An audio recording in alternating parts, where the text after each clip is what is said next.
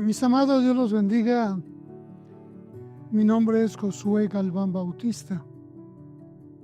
Nací en la Ciudad de México el 9 de octubre de 1961. Por la bendición del Señor, crecí en un hogar cristiano. Mis abuelos maternos primero llegaron a la Iglesia de Dios de la Profecía en Florines.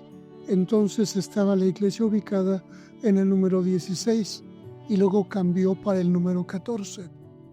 Cuando ya estaban en el número 14, llegó mi abuelo paterno y mi papá y ahí se establecieron.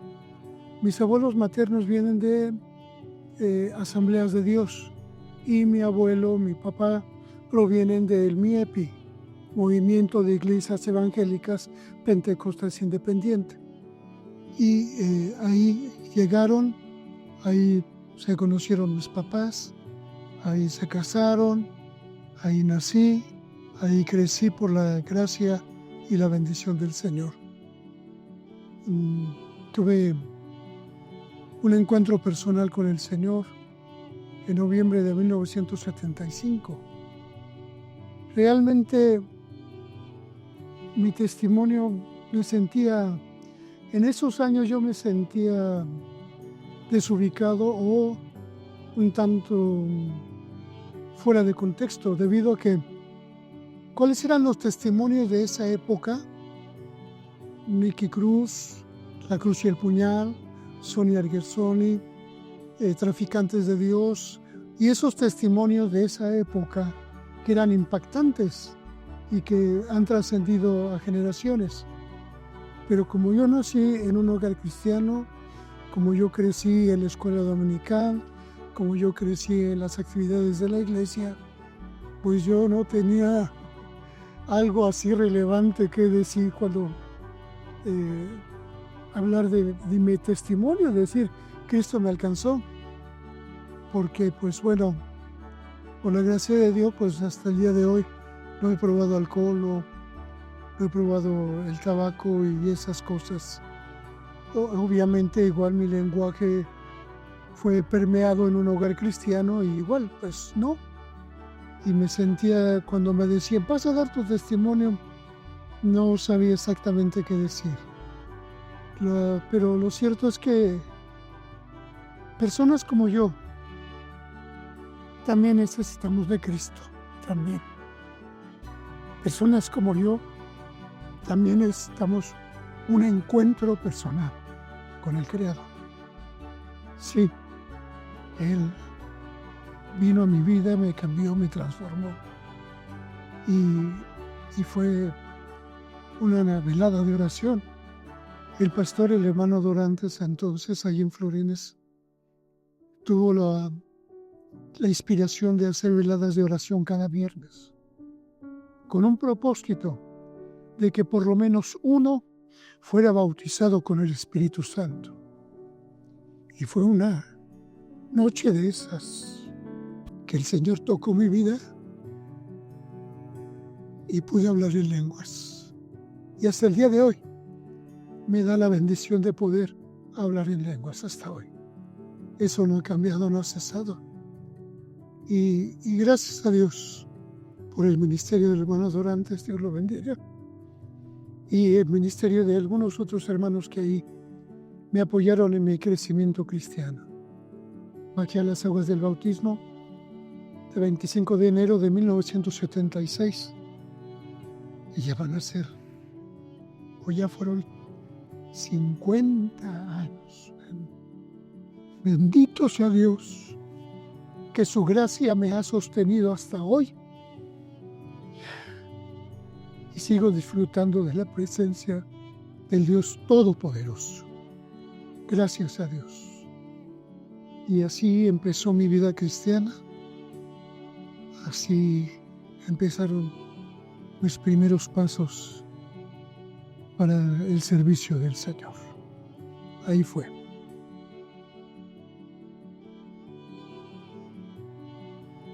Gracias. Gracias. Gloria a Dios. Cuando Yo tenía 14 años, el Señor me alcanzó, pero a los 16 años yo entré al templo, era un culto de jóvenes, un primer domingo. En aquellos años se estilaba que tuviéramos un pantalón negro, una camisa blanca, un chaleco rojo. Y yo llegué contento como cada primer domingo. Doblé mis rodillas antes del culto. El culto empezaba a las 5 de la tarde. Y yo llegué unos 10 minutos antes para empezar el culto y no, Dios me tocó esa noche, ese día. Estuve llorando. No me pude parar al culto. Hasta que no acabó el culto, no dejé de orar. Sabía entonces que Dios me estaba llamando al servicio. Ese día lo supe. Que empezar a predicar casi al mes,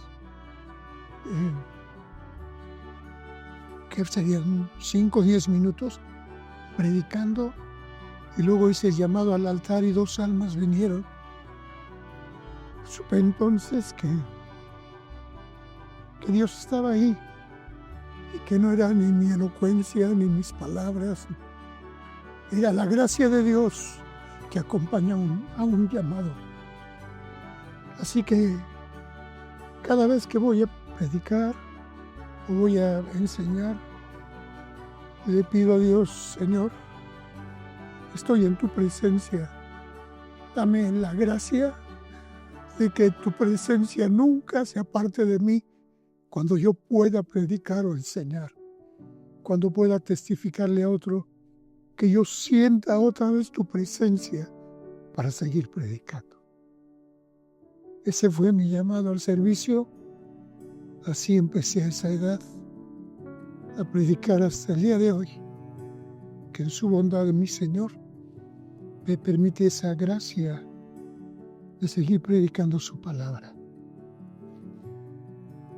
Cuando yo empecé a escuchar sermones en nuestra iglesia, yo me conflictuaba mucho porque había sermones que en mi mente no entraban, porque mi corazón me decía que algo no estaba bien. A mí me salvó Cristo. Quien dio su vida por mí en la cruz del Calvario fue Cristo. Quien me ha regenerado es Cristo. Quien me bautizó con el Espíritu Santo es Cristo. Así que cuando yo escuchaba en un púlpito decir que esta era la única, la gloriosa, la iglesia de Dios era la única y que los demás tenían que venir para la iglesia y congregarse, me conflictó mucho. Mis conflictos siguieron porque no tenía un argumento bíblico, no había crecido lo suficiente como para argumentar mi sentir, para con alguna escritura yo presentar. Le doy gracias a Dios por un varón de Dios, Billy Murray. Lo escuché, lo leía, lo releía y fue ese varón de Dios el que trajo a mi corazón no solo paz, sino la suficiente argumentación para predicar que Cristo es el mensaje y la iglesia es la mensajera. Que realmente teníamos que cambiar nuestro concepto eclesiológico.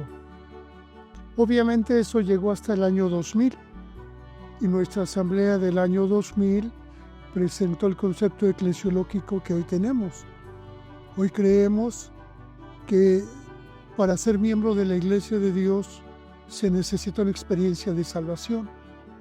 Así que hay una iglesia universal compuesta por todas las personas que hemos sido lavadas por la sangre de Cristo Jesús. Pero también hay una expresión local.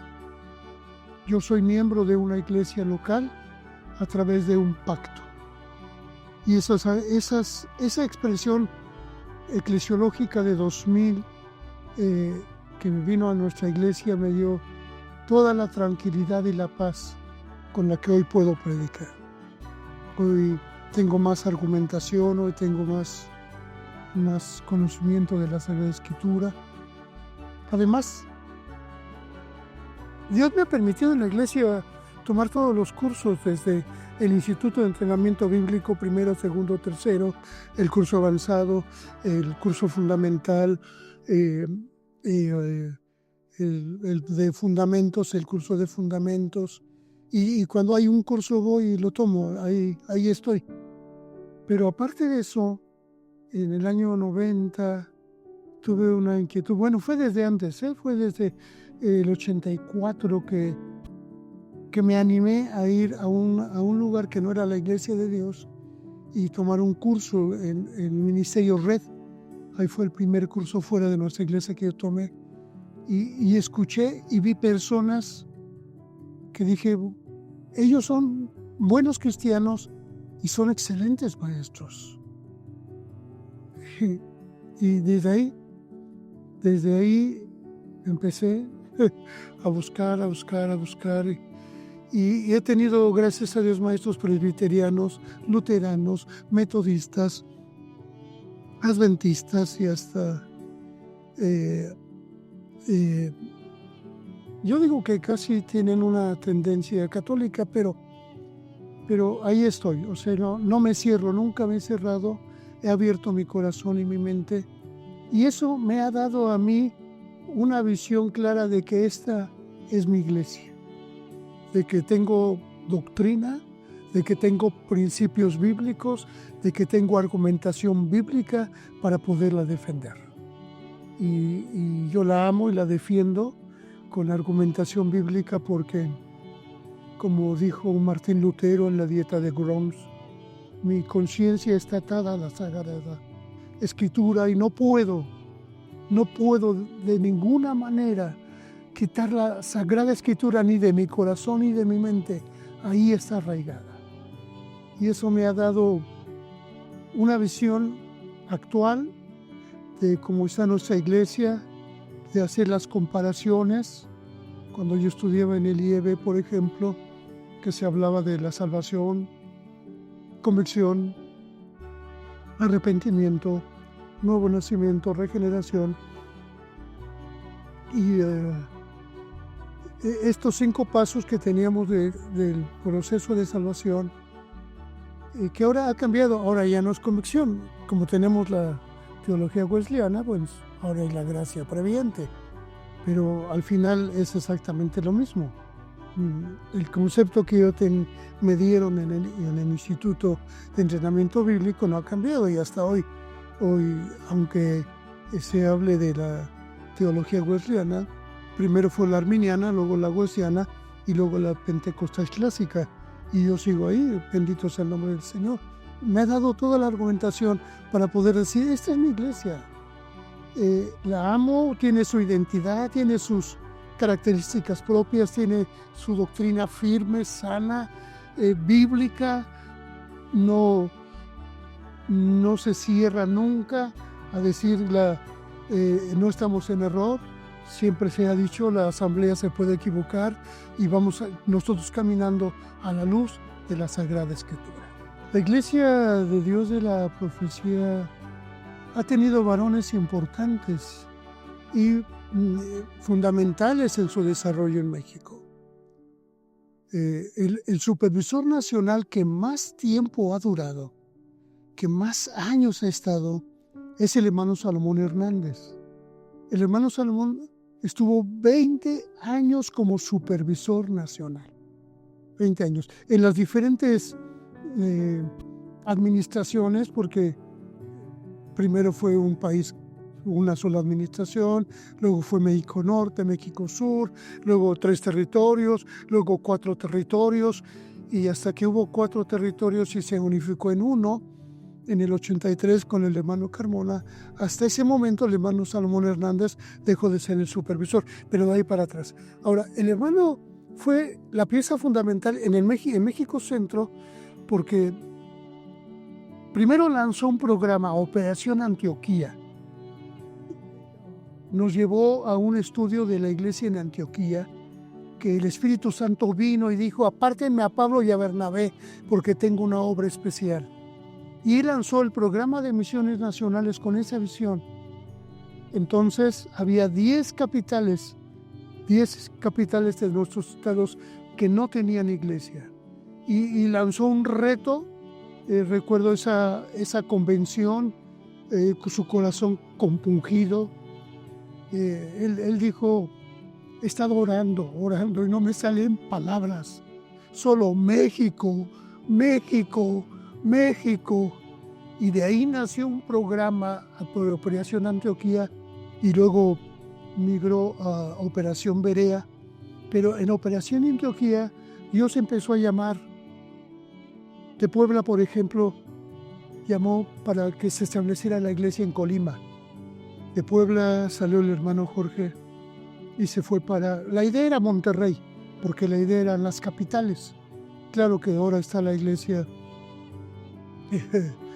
no está en Monterrey, pero él con esa idea se fue para allá y se estableció la iglesia allá en el norte. Neftalí Díaz, que se fue para Guadalajara, y ahí está la iglesia, todavía está ahí la iglesia en Guadalajara. Fue un movimiento de jóvenes que se empezaron a mover. El hermano Noé Gutiérrez se fue para La Piedad, Michoacán, aunque la capital era Morelia, pero ahí Dios lo llamó. Ahí Dios hizo un milagro en su vida y de ahí Dios lo llamó para ser evangelista de nuestra iglesia en todo Centroamérica. También llegó a Sudamérica como evangelista y hoy es pastor en Los Ángeles, en California. Y ha tenido un ministerio respaldado por el Señor y muy importante en nuestra iglesia. Pero fue en esos años en que hubo un movimiento del Espíritu Santo palpable, real, que acompañó a algunos otros. El hermano Francisco II, en paz descanse, se fue para Uruapan y para San Andrés Colú. Y bueno, no tengo todavía en mi memoria todos los nombres exactos, pero hubo un movimiento allí, ahí, y hubo otros ajustes. Por ejemplo, fue el hermano, nuestro supervisor general, Sam Clemens, quien para el mes de octubre establece un día de apreciación pastoral. Pero antes, el hermano Salomón estableció el 25 de diciembre como el Día del Pastor, porque él expresó: el 25 de diciembre celebramos el nacimiento del buen pastor, pues vamos a reconocer a nuestros pastores. Y de ahí se extendió para todo el país. Cuando el hermano Carmona vino a ser el supervisor, se extendió para todo el país. Ahí estuvo. Y bueno, hay otros programas. Por ejemplo, el primer domingo de cada mes, que se establece como una ofrenda de amor para el pastor, nació en el corazón del hermano Salomón Hernández. Ahí nació. Recuerdo que también el programa de misiones, el segundo jueves de cada mes era la noche de misiones. Y luego el siguiente día, el domingo, era el día de la banda misionera femenil o el culto de las damas. Y él dijo: hermanos, ¿por qué no? En lugar de solo el segundo jueves, todos los jueves del mes llamamos a las hermanas para que tengan su culto misionero. Y empezó en su corazón a trabajar y estableció las bases de muchos programas que hoy están en nuestro país, hoy. Y fue en el corazón del hermano Salomón Hernández. Seguramente está en la presencia del Señor y seguramente él ha recibido su corona, como todos los que han pasado ya a la presencia del Señor. Y bueno, a partir de ahí vino un desarrollo más evangelístico, una idea de: tenemos que predicar a Cristo, porque Él es el dueño y Señor de la iglesia. Él es. Y de los programas internacionales, el programa de jóvenes, Jesús es el Señor, porque entonces había una semana internacional de jóvenes en febrero, que pues obviamente por razones logísticas cambió todo, pero el hermano lanzó el programa y se me quedó grabado, porque es la idea de Adoniram Judson. Si el Señor, nuestro Señor Salvador, Cristo Jesús, no es el Señor de todo, entonces es Señor de nada. Y tenemos que aprender a adorar y a bendecir al que es Señor y Rey de Reyes en esta iglesia. Para mí, de manera personal, asumí un reto para mí, nuestra iglesia, a medida que iba creciendo y creciendo y creciendo. Una persona en nuestra iglesia, el doctor Héctor Ortiz, que fue mi maestro de doctrina en el IEB en primer año. Luego en segundo y en tercero fue el obispo José M. Rivera, que actualmente está en Arizona. Pero el hermano Ortiz me sentó el punto de doctrina de tal manera que él dijo: nuestra iglesia necesita principios. Y él cambió mi visión de los puntos de las 29 enseñanzas, cambió mi visión para una idea de principios bíblicos. Eso me animó a buscar fuera de nuestra iglesia ideas que pudieran ayudarme a fundamentar. Y ha habido personas ahí que me han ayudado en ese crecimiento para presentar una idea que es bíblica 100%. Ahora ya no son 29 enseñanzas, gracias a Dios. Ahora son los principios bíblicos que rigen nuestra iglesia. Cambió, pero desde ese año que lo visualicé y he tratado de estudiar un poco aquí, un poco allá, y sigo estudiando porque creo que ese es un reto para mí de toda la vida, de seguir buscando para poder presentar un mensaje en nuestra iglesia 100% bíblico y alimentar nuestros principios, darle fundamento, decirle a la gente que esta es una iglesia bíblica, es una iglesia con fundamentos bíblicos, que es una iglesia... porque hay quienes tienen una idea equivocada de la iglesia. Y bendito sea el Señor, yo no lo voy a cambiar ni lo voy a quitar, pero yo sigo creyendo que nuestra iglesia tiene eso. Y el segundo reto que creo nuestra iglesia debe de asumir, el segundo reto, hermanos, he vivido, por gracia de Dios, cultos donde ha habido mensajes en lenguas, su interpretación y profecía. No, yo cuando hablo de los dones del Espíritu y cuando voy a lenguas, interpretación de lenguas, no solamente voy al lingüístico, al griego. No, porque Dios me ha dado la gracia de estar ahí, de saber lo que es la presencia de Dios, de saber cuándo Dios se manifiesta y cuándo Dios habla a la iglesia. Y nuestra iglesia cambió porque el comité que traía los puntos de doctrina, de asuntos y preguntas se llamaba, estaban en sesión y descendió la presencia del Señor. Vino un mensaje en lenguas, una interpretación, y ellos pidieron permiso al moderador, al hermano Tomlinson, para hacer a un lado el reporte que ellos traían, porque traían un mensaje. Dios nos estaba llamando al arrepentimiento. Fue el año en que Dios nos llamó a arrepentirnos porque habíamos hecho de todo menos predicar a Cristo. Así que fuimos llamados a predicar al Señor Jesús. El Espíritu Santo nos redarguyó porque hay un mundo que se pierde. Hay un mundo que está necesitando del mensaje de Cristo y que nosotros habíamos omitido por muchas razones. Así que tenemos que juntar dos cosas. El mover del Espíritu Santo, que es fundamental. El mover del Espíritu Santo que no se puede negar en nuestra iglesia porque es el motor de ella. y un estudio bíblico serio, exegético, sincero, y juntarlo para predicar a Cristo. Nuestra época es una época de constantes cambios. Ha cambiado mucho y son cambios muy vertiginosos, enormes.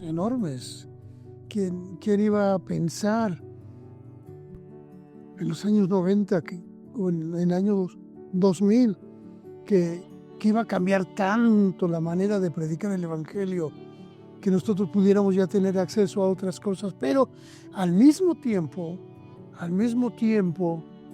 esos medios de comunicación han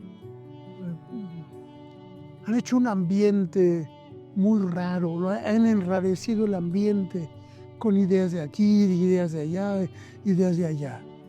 Y eso ha opacado en mucho el mensaje de Cristo Jesús. Tenemos que aprender con toda honestidad a cuestionar cada enseñanza que nosotros oímos, cada enseñanza que nosotros leemos, cada enseñanza que nosotros escuchamos, y aún cualquier movimiento que existe en el mundo, cualquiera que éste sea. Por ejemplo, el mundo ya no ve hoy malo. Hoy dicen, bueno, si un niño un día se siente mujer, pues vamos a ver si lo ve mujer. La pregunta entonces es, bueno, ¿y si un niño hoy se siente pirata, le vamos a arrancar un ojo, le vamos a poner un parche, le vamos a cortar una pierna, le vamos a poner una pata de palo? No, es absurdo. Es absurdo. Pero aún las ideologías están muy fuertes, y llegan a confundir, porque he escuchado sermones, no puede ser, digo, no puede ser que hayamos perdido en este mundo tan enrarecido, todo se enrareció, que no perdamos de vista nunca que la Biblia es la palabra de Dios, nuestra única regla de fe, práctica, gobierno y disciplina. Todavía eso no ha cambiado. La Sagrada Escritura sigue siendo para nuestra iglesia eso sigue siendo. Qué dolor me da escuchar en un púlpito. Es que Génesis de 1 al 11 es una fábula, esos son cuentos para niños. Pero la iglesia sigue creyendo que de Génesis 1:1 hasta Apocalipsis 2 es palabra de Dios. Y sigue siendo, porque es nuestra palabra, la palabra del Señor. Me espanto de escuchar, es que tuve una visión, tuve una revelación, y la gente se sigue por eso, pero no dice el apóstol Pedro, yo tuve una visión. Yo creo que nadie ha tenido una visión, dijo el apóstol Pedro. Yo subí al monte y ahí el Señor se transfiguró, tuvo ropas más blancas que nadie puede tener, y luego apareció Moisés, y luego apareció Elías, y estuvieron platicando. ¿Quién ha tenido una visión esa? Y concluye diciendo, pero nosotros tenemos la palabra profética más permanente todavía el día de hoy. Y seguimos teniendo la Biblia, la palabra de Dios, que sigue siendo el ancla de nuestra fe todavía. Así que volvamos nuestros ojos a la Sagrada Escritura. Un pueblo que no conoce su historia, dijo el generalísimo Morelos, está condenado a cometer los errores del pasado. Así dijo José María Morelos y Pavón. No solo tenemos que aprender a estudiar las grandes materias rimbombantes, porque es muy bonito decir yo sé teología, soy teólogo, y eso me da un estatus. Pero uno tiene que aprender a estudiar su historia. Uno tiene que aprender a fundamentar su fe en lo que otros hombres vivieron. Porque sí tuvieron errores, pero también tuvieron aciertos y caminaron de la mano del Señor. Recuerdo una expresión de Juan Wesley cuando había acabado ya el tiempo del gran avivamiento en Inglaterra. Él dijo, Sí, tuvimos errores, sí, pero todavía necesitamos avivamiento. Todavía nuestra iglesia necesita un avivamiento con todo lo que haya habido. No podemos decir, es que hubo tantos errores en el pasado que vamos a desecharlo. No. Nuestras raíces están ahí, en los hombres que buscaron a Dios, que se atrevieron a buscar a Dios. La generación que estuvo antes de mí, quiero animarles porque la generación que estuvo antes de mí escasamente sabían leer y escribir. Los más tenían primaria, pero tenían algo valiosísimo que no podemos desechar. Ellos tomaron a Dios en serio y buscaban a Dios en serio y predicaban a Dios en serio y creían que Dios era serio. Y eso no lo podemos desechar hoy. Sigue siendo parte de nuestra raíz, de hombres y mujeres que buscaron a Dios con mucha seriedad, con una gran pasión que todavía nos hace falta el día de hoy. Creo con toda honestidad que la iglesia de Dios de la profecía no es la única iglesia, pero es mi casa, es mi casa, es el lugar donde yo crecí, es el lugar donde Dios me puso y es el lugar donde Dios me llamó a edificar. Esta hermosa iglesia, esta iglesia que yo amo tanto y que estoy aquí. Estudié por la bendición de Dios en la Comunidad Teológica de México, 90, 91, 92, 93. Y me citaron un día en un restaurante, dos hermanos. Queremos hablar contigo. Ya estoy platicando. Nosotros tenemos una iglesia, somos miembros de una iglesia presbiteriana. Como referencia nada más, en aquel tiempo el tope de nuestros diezmos en nuestra iglesia era de 2,000 pesos mensuales.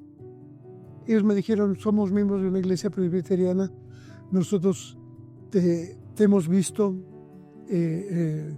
dar clases, te hemos visto predicar y queremos invitarte a que vengas a pastorear a nuestra iglesia. De entrada me dijeron, te podemos ofrecer 10,000 pesos mensuales. Te vamos a apoyar para que puedas hacer alguna mudanza, un traslado y también a beca para que tus hijos puedan seguir estudiando. La verdad que nunca fue tentador para mí. No. Porque primero, no le sirvo a Dios por dinero. No estoy aquí, no soy un mercenario del Evangelio, no lo soy. Y en segundo lugar, porque amo la iglesia de Dios de la profecía. Sé que hay otras iglesias que están muy bien fundamentadas, que son grandes iglesias, que tienen grandes programas, que están viviendo avivamientos, pero yo amo la iglesia de Dios de la profecía. Y todavía necesitamos personas que amen la iglesia de Dios de la profecía y el Señor y queramos seguir edificando la iglesia de Dios de la profecía aquí, predicando a Cristo Jesús como nuestro único y suficiente Salvador. Quiero darle gracias a Dios, agradecerle con todo mi corazón esta bendición, esta oportunidad de poder dirigirme a ustedes. Mi Señor no me ha pagado conforme a mis pecados, ni ha hecho conmigo conforme a mis iniquidades. Al contrario, me ha coronado de favores y misericordias. Y hoy me ha dado un favor más, me da un privilegio más inmerecido de poder dirigirme a ustedes y esperar que mis palabras puedan ayudarle a alguien. Dios los bendiga. Muchas gracias. Dios les guarde.